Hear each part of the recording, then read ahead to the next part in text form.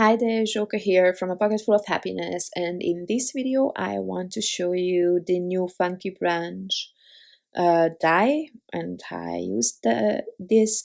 It's a set of two dies, one outline and one backing piece.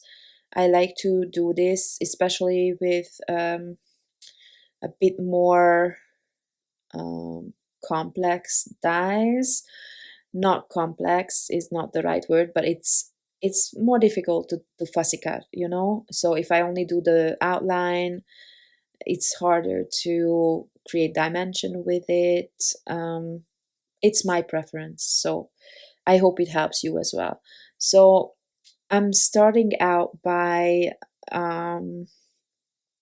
basically I refilled all those little pieces with the white cardstock, and then I'm adding the color cardstock on top. Again, I mentioned it so many times now, I like to do my inlaying this way because it adds a nice dimension. It just looks really nice in person. But of course, there's an additional step to it. So if you don't want to spend that much time, then of course by all means just add them without that white layer. So I created a bunch of these, and then I'm going to cover the whole background with them. This is, again, I know it will look familiar because I like to do this with everything. I like to cover my whole background with die cuts like this, just adding as much color as I possibly can. And in this case, I think I did not, I actually, I don't remember if I made 3 of these or 4, but I always try to use the pieces that I trim off, like here. I try to use those to fill the spaces, the holes on the background. And I felt like I don't need 4. I'm just going to try and fill those spots. And of course, I wanted to leave a spot for my sentiment, which in this case I want to create with my new mini alpha die set. So I didn't want to just add a sentiment strip somewhere. So the top left I'm leaving open for that reason. So it's not perfect, but it works, I think, filling that slot at the bottom. Sometimes it works better, other times it doesn't work so well, or maybe it's not the right color, but I do still like what that looks like, so it's all good. And I'm just using liquid glue for this, but probably you could use foam tape here and there. I just don't like to add foam tape when there is like more intricate die cuts. Like here, the middle would be so wobbly, I think, the branch itself. So I die cut the sentiment from, I think it was a darker gray cardstock, and I do not have accents in the alpha set, so I just used one of the fold-out pieces from one of the letters. I don't know if it was the G or the A, or you could also just fussy cut a small piece for that. Now I'm trying to add some embossed look to my panel. When I have again, I mentioned it in many videos, I think, today. When I have a simple color background, or shall I say single color, I like it to be textured, and but I didn't want to add an embossing folder, so I just added some lines with my scoring tool, I think it's called. And now I am creating a sentiment with the new mini alpha set, and I'm just using white cardstock for this. I'm trying to center it as much as I can. I hope that worked. I normally just eyeball these things. So this is a simple card, and obviously it's a bit too simple for my taste. So at least I'm adding a few enamel dots in white. I guess it would have looked really good in colors as well, but I don't know, I didn't even think of it. Or I was too lazy to go through my enamel dots stash. It's also possible.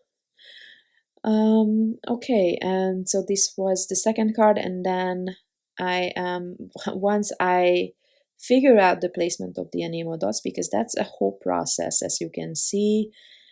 I don't even know why I left it in the video. Then I'm gonna move on to my third card, and that's again something, it's gonna be something that I did in many videos today. All these die cuts I did not want to throw away. I'm just going to layer them together. I offset each of them just a little bit so that you can see all the colors, and then I'm trying to create a card that looks somewhat decent, but it's gonna be so random, I feel like. Simple and random. Anyway, I'm just going to add all kinds of stripes here, and mostly using white and gray, and then I die cut the sentiment from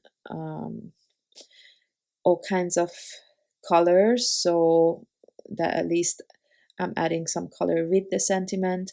And then once I've done that too, and I actually, if you see, I'm layering them up so that there's a little bit of a dimension to some of the letters. I'm actually not sure if I did all the letters, but because I had multiple colors of each letter, I'm just going to, you know, not waste them, so to say. And once I did that, I also figured I still don't have enough color in that card, so I'm going to create something else. But first yeah, so this is what I'm going to create. I'm just going to use the same colors, and I cut maybe it's about a quarter of an inch, but I just eyeball these. I trimmed a bunch of strips, and then I'm going to create a panel with horizontal, no, vertical. I'm kind of lying on my side, and then, you know, then it's horizontal. So I'm creating a vertical stripe panel. And yeah, so that's gonna be coming at the top of the card, just to add some more color, because, you know, I like it a bit more colorful. And I don't know what to do with that branch in the middle, to be honest. I still have to figure that out. I didn't know if I wanted, you know, which way I wanted to place it, but I was going for, you know, it covering, so like half covering the white part and half covering the gray part, if that makes sense. You will see what I mean in a second. And then I also wanted to, you know, glue down the sentiment in a way that it's kind of like wonky or funky, not so serious, you know. And yeah, I think that worked out okay. And as far as I remember, I will also add another strip of paper, but I could be wrong. Let's see. So I'm adding a liquid glue to the branch, and then I like I said, I settled on the design where I'm adding the branch like half on the gray and half on the white. And this is what I meant. I am adding a thin strip of darker gray just to bring it back at the bottom as well. So like I said, it's a very random card, but I do like the colors at least. So here are the finished projects. I hope I could give you some ideas. Obviously the first card is my favorite, or in this case the last one that I'm just going to show you right now. But for this card, to create this card, I also end up creating some others because I don't want to waste all those die cuts. So again, thank you very much for watching. Check out the other videos on the channel today as well. See you soon. Bye bye.